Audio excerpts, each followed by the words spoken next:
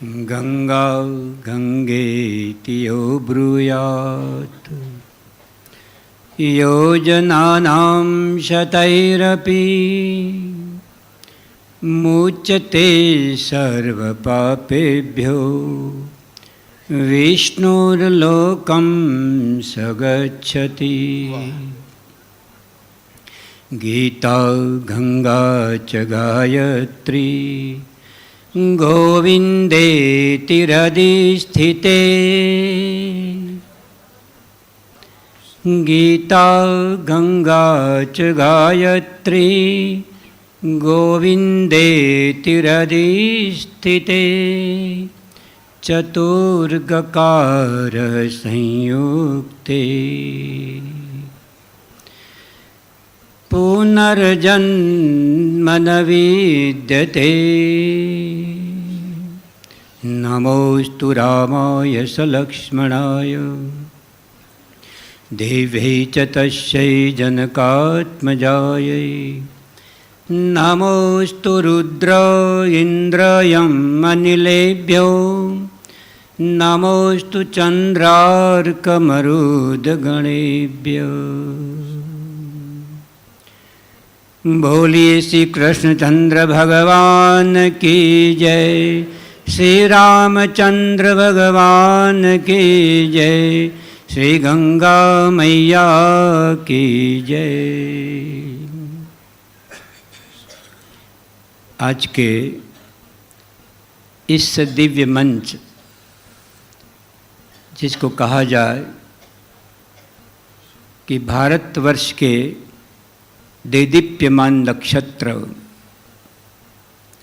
जो हमारे जीवन का कल्याण करने वाले, जिनके दर्शन और जिनकी वाणी से जीव परम तत्व को प्राप्त होता है, ऐसे इस मंच का हमारा संचालन करने वाले और इस मंच के अध्यक्ष महाभाग जो कि अयोध्या के श्री राम मंदिर के कोषाध्यक्ष हैं, अर्थात कुबेर हैं। और आप जानते हैं रुपये रखने की जगह नहीं है। मंदिर बनते ही पहले तो कहा जाता था कि शायद 30 करोड़ 300 करोड़, किंतु अब पता लगता कि 300 करोड़ तो प्रतिवर्ष की आय हो गई है। रखने की जगह नहीं है, गिनने का समय नहीं है। ऐसे हमारे कुबेर बिल्कुल सही है ना। तो देखिए, ये हमारे कोषाध्यक्ष आज हमारी यहाँ की अध्यक्षता कर रहे हैं। निश्चित रूप से गीता भवन की एक पहचान है। जब संस्था की स्थापना हुई तो विचार आया, मैं अब पर बोल रहा हूँ, और संस्थाएं दान से चलती हैं, चंदा से चलती हैं, मगर गीता भवन, गीता प्रेस बिना चंदा के चलता है। कोई दान नहीं, कोई चंदा नहीं। शायद ये पहली संस्था है जिस संस्था को बिना चंदा के, और मेरा ख्याल है विश्व की सबसे बड़ी धनवान संस्था है तो ये गीता प्रेस हमारी संस्था है। ये हमारे सौभाग्य हैं। ऐसे महाभाग को मैं सिर झुकाकर प्रणाम करता हूँ। एवं हमारे आज के इस मंच के संचालक महाभाग जो कि पूरे भारत नहीं विश्व की विभूति हैं, जिनकी वाणी में से साक्षात परमात्मा की मधुर वाणी, इस वाणी के द्वारा हमको आप्यायित करते हैं।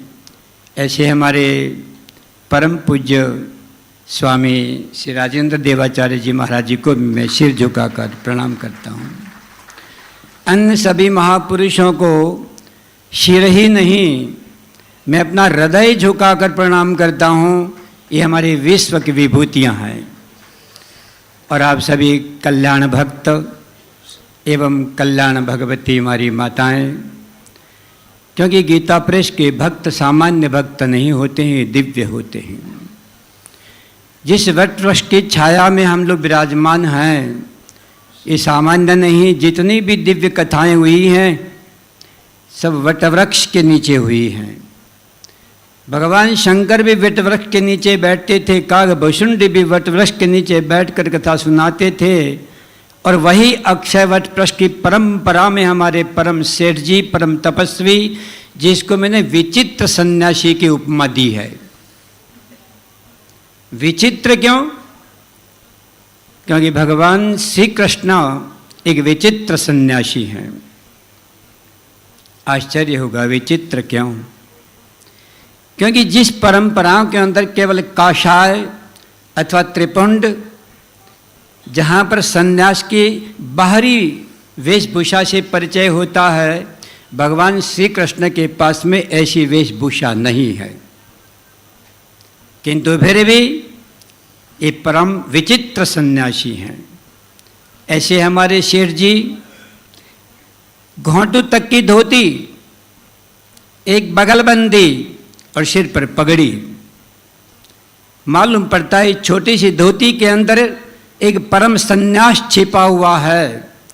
उनके पास में वस्त्रों की पहचान नहीं थी, उनके पास में अपने जीवन की पहचान थी, अपने चरित्र की पहचान थी, अपने आचरण की पहचान थी। वो बोलते थे कि मैं उतना ही बोलता हूँ जितना मैं स्वयं आचरण करता हूँ। कितनी बड़ी बात है। ऐसे इस वटवृक्ष के नीचे बैठकर हमें दो शब्द बोलने का अधिकार प्राप्त हुआ है। एक छोटी सी बात कहता हूँ। एक बार किसी ने हमसे पूछा, वैसे तो कल्ल धातु जो है वो कल्याण में कल्ल धातु का अर्थ होता है जो हमें दलदल से, कीचड़ से निकालकर हमें परमात्मा की ओर शुद्ध और पवित्र करने वाला कोई शब्द है तो वह कल्ल शब्द है। और कल्ल शब्द दलदल को बोलते हैं कि जो दलदल से बाहर निकलकर हमें जो पवित्र करता है, जो शुद्ध करता है। ऐसे कल्याण की स्थापना आज से 100 वर्ष पूर्व हुई। आश्चर्य बतलाता हूँ, इसकी महिमा इतनी बड़ी क्यों है? महाराज श्री के मुख से हमने सुना कि हम लोग कैसे कृतज्ञ होंगे। कृतज्ञ होने के लिए छोटी छोटी बातें दो आप तक पहुँचाता हूँ। जब 25 वर्ष हम लोग अच्छे शुभ कार्य करते हैं तो हम लोग एक रजत जयंती मनाते हैं, अर्थात लोहे से चांदी महंगी होती है। आपका जीवन कुछ उठा है, कीमती बना है, किंतु 50 वर्ष पूरे होते हैं तो ये चांदी बदलकर रजत स्वर्ण जयंती बन जाती है, सोना बन जाती है। तो 50 वर्ष तक यदि आप शुभ कर्म करते हैं तो आप स्वर्ण जयंती मनाते हैं। 75 वर्ष पूरे होते हैं तो आप हीरक जयंती मनाते हैं, अर्थात चांदी बदलकर सोना बन गई, सोना बदलकर हीरा बन गया। किंतु 100 साल के बाद जब कोई उत्सव मनाया जाएगा तो क्या नाम दिया जाएगा? तब आश्चर्य होता है। उसका नाम होता है कौस्तुभेय शताब्दी। ये इसका नाम है कौस्तुभेय। जो 100 वर्ष पूरे होते हैं तो कौस्तुभ मणि नाम सुना। भगवान के गले के अंदर भगवान की शोभा बढ़ाता है वो कौस्तुभ मणि है। तो 100 वर्ष पूरे होने पर आज का ये उत्सव है, ये भगवान श्री कृष्ण के गले में लटकने वाले कौस्तुभ मणि का महाउत्सव है। तो ये गीता भवन का एक कल्याण का 100 वर्ष का नाम होगा कौस्तुभेय शताब्दी मनाया जाएगा। ये हमारी ऊंचाइयाँ हैं, इससे ऊंची तो कोई बात हो ही नहीं सकती है, क्योंकि भगवान श्री कृष्ण के गले में कौस्तुभ मणि होती है और कल्याण आज हमारे भगवान श्री कृष्ण के गले का कौस्तुभ मणि बन गया है। और इससे ऊपर यदि कोई बात हो सकती है मुझे नहीं पता, आपको पता हो तो खोजना। एक बार किसी ने हमसे पूछा, कल्याण के 100 वर्ष, अभी की बात है, कल्याण के 100 वर्ष पूरे हो गए, इतने मतलब महापुरुष लोग, हजारों कथाएं होती हैं, लाखों मंदिर होते हैं, और इस कल्याण के अंदर, इस कल्याण ने जो धाराएं दी हैं बता रहा हूँ। कहते हैं कि 999 नदियाँ रात और दिन मीठा पानी लेकर सागर में गिरती हैं, किंतु सागर को मीठा नहीं बना पाई। चिंतन तो है कि 999 नदियाँ मीठे पानी से भरकर, जैसे गंगा जी देखते हो कैसे बहती है, रात दिन सागर में गिरती है, किंतु उसको मीठा नहीं बना पाई। हमने कहा मीठा नहीं बना पाई, तो नमक नहीं बनने दिया, नमक बनने से बचा लिया। तो याद रखिए, ये 100 धाराएं जो हैं कल्याण की, जहाँ से प्रवेश अंक से प्रारंभ होता है, भगवत नाम में द्वितीय में प्रवेश होता है, और आज 99 हमारे कल्याण अंक प्राप्त हुए हैं। कहते उनकी निर्मल धारा ने संसार को अंदर नरक नहीं बनने दिया। यदि ये कल्याण अंक हमारे पास न होता, गीता प्रेस न होता, गीता भवन न होता, गोविंद भवन न होता, ये संसार नरक बन गया होता। इसको नरक बनाने से बचाने के लिए उस कल्याण की हमारी भागीदारी है, इसलिए कल्याण को मैं बार बार प्रणाम करता हूँ।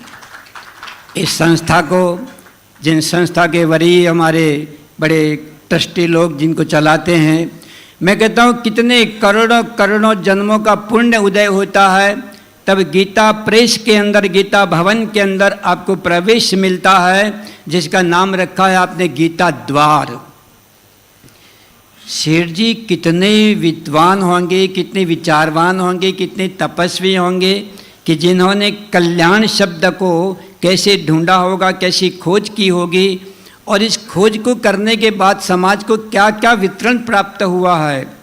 यदि उसका चिंतन किया जाए तो मैंने 21 साल के बाद यदि हिंदी सीखी है, तो हिंदी का कोई मतलब मेरा आचार्य है तो कल्याण का अंक मेरा आचार्य है। मुझे हिंदी नहीं आती थी, किंतु हिंदी सिखाने वाला कोई अंक है तो उसको पढ़ पढ़ कर मैंने हिंदी सीखी है।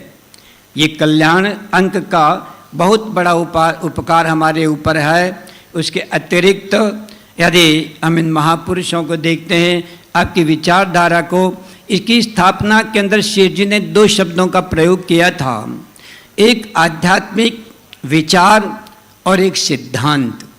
यदि वो 2 चीज़ हमारे पास नहीं होती तो आज कल्याण को जितना श्रेय मिला है, गंगा मैया की तो एक सीमित 2 किनारों में बहती है, और गंगा मैया की तो महिमा कितनी है, अभी संतों के मुख से सुनते हैं कि जिसके बाहर से देखा जाता है तो ये पवित्र भी है, शीतल भी है। अभी आपने कहा तन को शुद्ध करती हैं, किंतु गंगा मैया के भीतर ऐसी कैसी गोपनीय शक्ति होती हैं जो हमारे पापों को भी नष्ट करती है, पापों को नष्ट करके हमको मोक्ष भी देती है।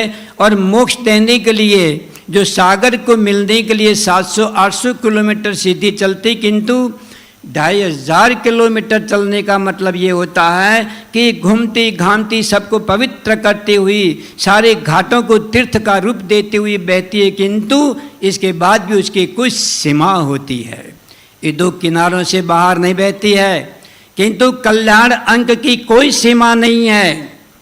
गंगा आपके घर नहीं आती है, गंगा के पास जाना पड़ता है, किंतु कल्याण का अंग घर घर पहुंचकर जिसने पूरे विश्व के घर को गंगा की तरह पवित्र कर दिया है, ऐसे कल्याण को मैं 100 बार प्रणाम करता हूँ कि जो घर घर जाके सबके मन को जिसने बदल दिया हो, सबको अध्यात्म से जोड़ दिया है। सनातन धर्म का परिचय यदि सारे शास्त्रों को पढ़ने लगे तो जो वेदों का रहस्य है वो महाभारत में उतरता है, महाभारत के अंदर जो रहस्य होते हैं वो गीता में उतरता है, और गीता का जो सार सर्वस्व होता है वो कल्याण में उतरता है, और कल्याण का जो सार सर्वस्व होता है एक विचित्र सन्यासी तपस्वी हमारे शेर जी का त्याग उतरता है, और मालूम पड़ता है शेर जी के मुख से निकला हुआ कल्याण, जैसे आपने कहा एक संत के मुख से निकला हुआ कल्याण, हमारे कल्याण होने में क्या शंका है, तो शेर जी के मुख से निकला हुआ कल्याण शब्द के द्वारा हमारा सबका कल्याण होने में क्या संभावना होती है, निश्चित रूप से हमारा कल्याण होता है। एक छोटी सी बात करके विराम लेता हूँ। एक बार, वैसे मैं 2 मिनट लेता हूँ, मंच के ऊपर अभी हमारे महाभाग ने संतों की बहुत बड़ी महिमा की, आप लोगों ने हमको ऊंचा स्थान दिया है, हमको आपने गले में बहुत सुंदर सुंदर मालाएं पहनाई हैं, उत्तरी पहनाया है, स्वागत सत्कार किया है और संतों की महिमा आपने गाई है कि संत ना होते तो क्या होता। किंतु माला पहनने पर, इतना सम्मान पाने पर, आपके द्वारा उतने ऊंचे स्थान प्राप्त करने के बाद में हमारा उत्तरदायित्व बढ़ जाता है। और जब उत्तरदायित्व बढ़ जाता है तो जब समाज टूटने लगता है, समाज बिखरने लगता है, हिंदू बिखरने लगता है, तो ऐसे समय के ऊपर हम लोगों का उत्तरदायित्व होता है कि बिखरते हुए समाज को, टूटती हुई हमारी समाज को, हमारी हिंदुत्व को टूटते हुए को बचाना हम सभी संतों का परम उत्तरदायित्व होता है। यदि हम इसको आगे नहीं बढ़ा पाएंगे तो निश्चित रूप से सनातन धर्म हमारा विखंडित होने लगता है।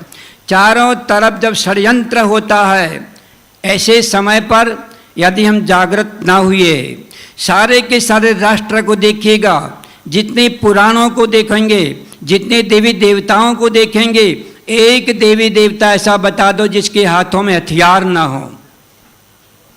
एक बता दीजिए, यदि किसी के हाथ में हथियार ना हो।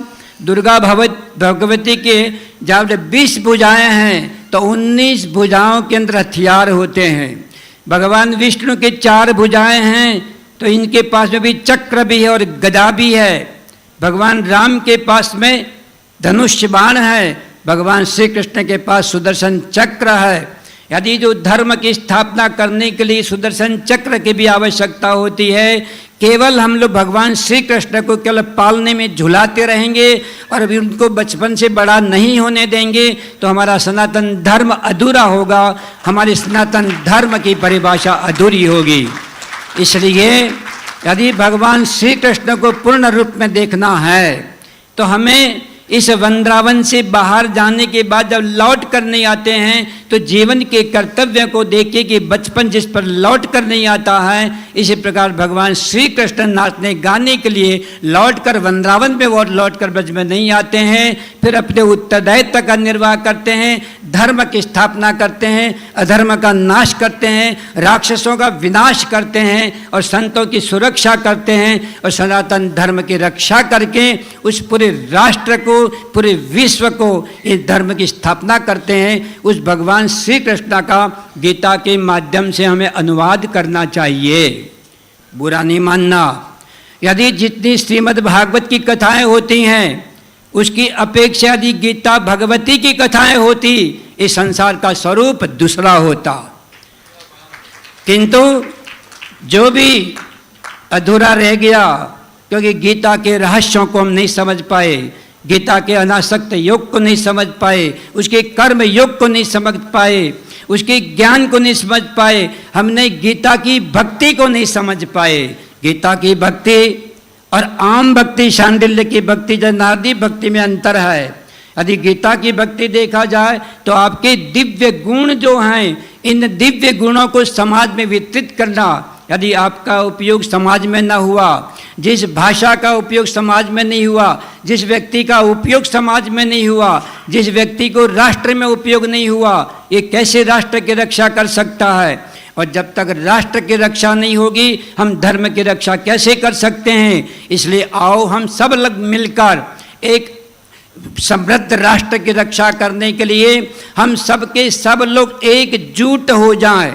कल हमने एक बात रखी थी, कुछ भक्त लोग आए थे, हमने कहा भंडारा होता है, हजारों लोग इकट्ठे होते हैं, यदि कहीं कुछ बांटना होता है लाइन लग जाती है, किंतु हिंदुओं की रक्षा करने के लिए कहा जाए कि 100 आदमी डंडा लेकर बाहर आइए, एक भी बाहर नहीं आ पाता है। ये कायरता कहाँ से आई?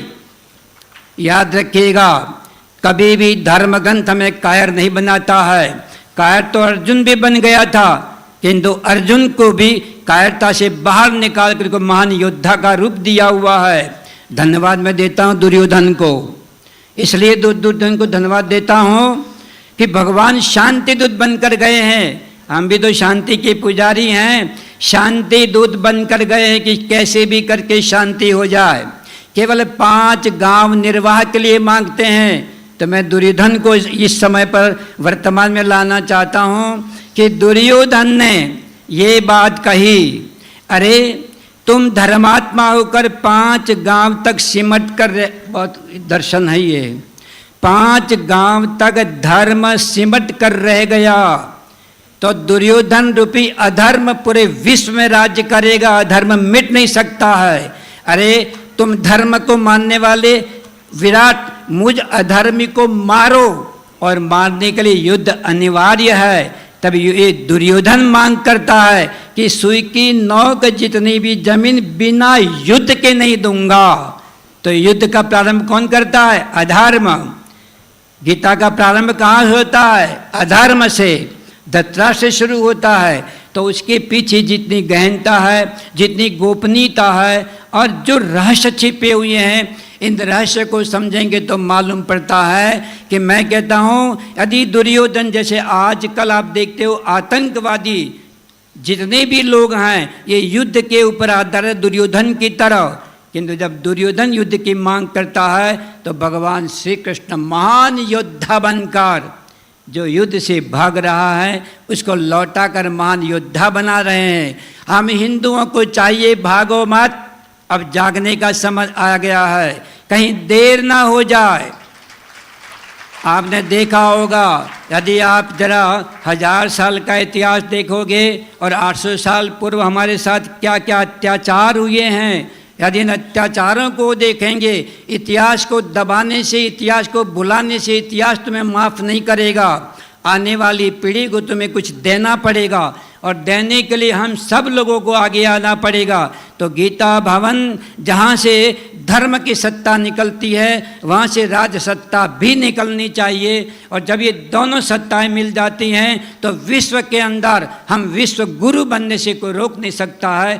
तो राष्ट्र रक्षा के लिए इस कल्याण के 100 वर्ष पूरे होने पर हम सब लोग ब्याह शादी के अंदर एक व्यक्ति 100 आदमियों को हाथ जोड़ जोड़ कर जो बुलाता है और अपने उत्सव की शोभा बढ़ाता है, हम सब लोग राष्ट्र रक्षा के लिए गीता भवन से, गीता प्रेस से, गीता द्वार से, गोविंद भवन से, इन सारे गीता भक्तों के द्वारा एक संदेश निकलेगा। अब हिंदू जग जाओ, हिंदू एक हो जाओ। उत्तिष्ठद्धम जागृतद्धम अग्निद्धम इच्छति भारता। हे भारत जाग जाओ, हे मनुष्य, हे हिंदू जाग जाओ, अब सोने का समय नहीं है, याद रखिएगा। समय अधिक हो गया, मैंने अपराध किया है, मुझे क्षमा करना। किंतु सारे शास्त्र, सारे संत अब धीरे धीरे धर्म को जिस प्रकार गंगा सागर को मिलती है, इस प्रकार अब सारे के सारे उपदेश और जितने उपदेशक हैं अपनी कथा वार्ताओं के माध्यम से राष्ट्र रक्षा की तरफ, सनातन धर्म की तरफ अपने संदेशों को मोड़कर, और ये जो हमारे हिंदू वैसे वीर योद्धा कहा जाता है कि तो इस समय जब तक जगाते नहीं हो जगते नहीं हैं, इसलिए हमको झंझोड़ कर बोलना पड़ता हो उत्तिष्ठद्धम, अरे उठो। उठने के बाद भी सो मत, जागृतद्धम, जागो। और निश्चित रूप से अग्नि की ज्वाला बनकर आप आग बनकर आगे बढ़ो। और जब तक अब आग बजकर आगे नहीं बढ़ोगे, हमारा सनातन धर्म की केवल एक कागज के ऊपर तलवार शब्द लिख दो और फिर कहोगे तलवार जो लिखी हुई है वो किसी की हत्या कर सकता है? एक कागज पे लिखे हुए शब्दों से कुछ नहीं होता है। जब तक ये असली तलवार तक नहीं जाती है, जब तक हमारे सारे के सारे उपदेश राष्ट्र धर्म की तरफ नहीं आगे बढ़ेंगे।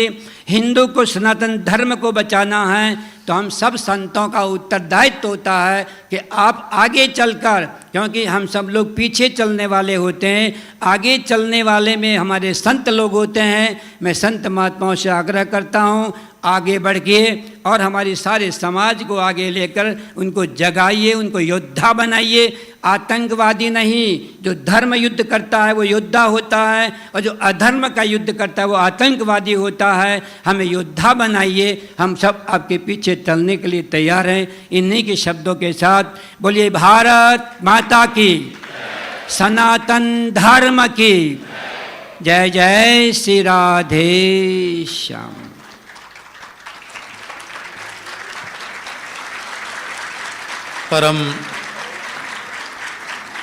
परम श्रद्धेय पूज्य स्वामी जी का अत्यंत ओजस्वी उद्बोधन, जिसे सुनकर सबके सब स्तब्ध रह गए। और शांत रस की सभा भीतर भीतर से वीर रस में प्रतिष्ठित हो गई। ये तो आपकी ही सामर्थ्य है। वस्तुतः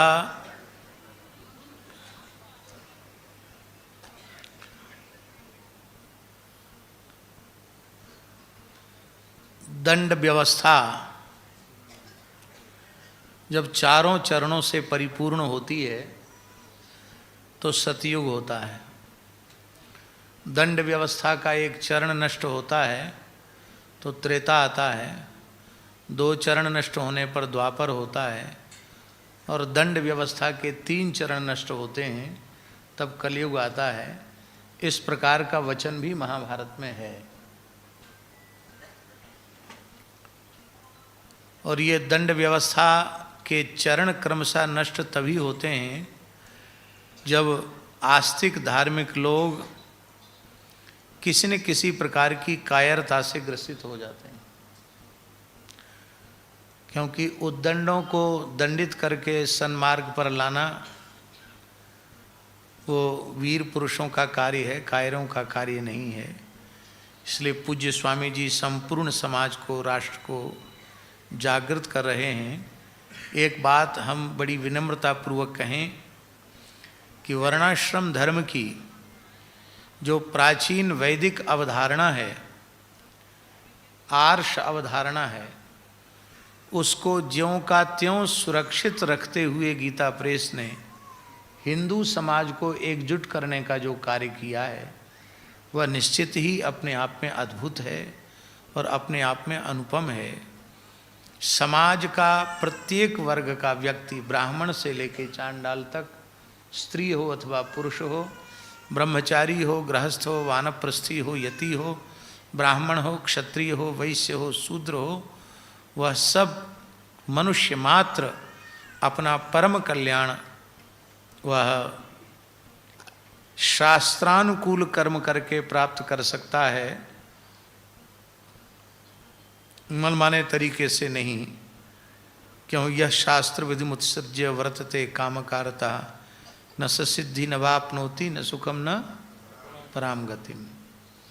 तो निश्चित अपने वक्तव्य में कहा। और महाराज जी हम विचार करते हैं तो भगवान आदि शंकराचार्य ने भी धर्म रक्षा के लिए चतुर्थाश्रमी सन्यासियों का अखाड़ा गठित किया और अखाड़े की परंपरा आज भी चल रही है।